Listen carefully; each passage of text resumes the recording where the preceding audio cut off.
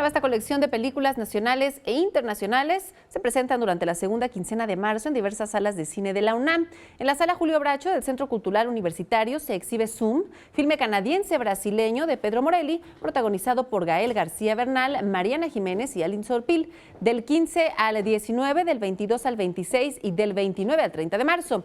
La película alemana Lo mismo pero diferente de Detlef Buck se presentará en la Sala José Revueltas del 15 al 19 de marzo. Los dos films con entrada libre. Además, el Museo Universitario del Chopo tiene programado el ciclo de cine Marcello Mastroianni, de 20 años sin él, para recordar el trabajo del actor italiano con 8 cintas de su filmografía. Y en la Sala Carlos Monsiváis, en conmemoración del Día Internacional de la Mujer, se realiza el ciclo El Documental Hecho por Mujeres. Las fechas y horarios de las proyecciones pueden ser consultadas en la cartelera electrónica del portal oficial de la Filmoteca de la UNAM.